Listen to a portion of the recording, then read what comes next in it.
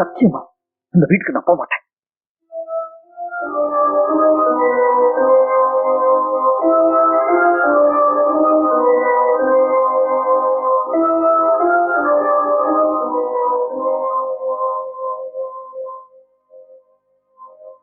நீ என்ன கேட்க போறேன்னு எனக்கு தெரியும்.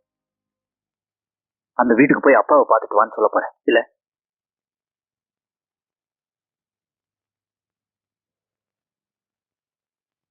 நீ என்ன யோசிக்கிறான்னு எனக்கு தெரியும்.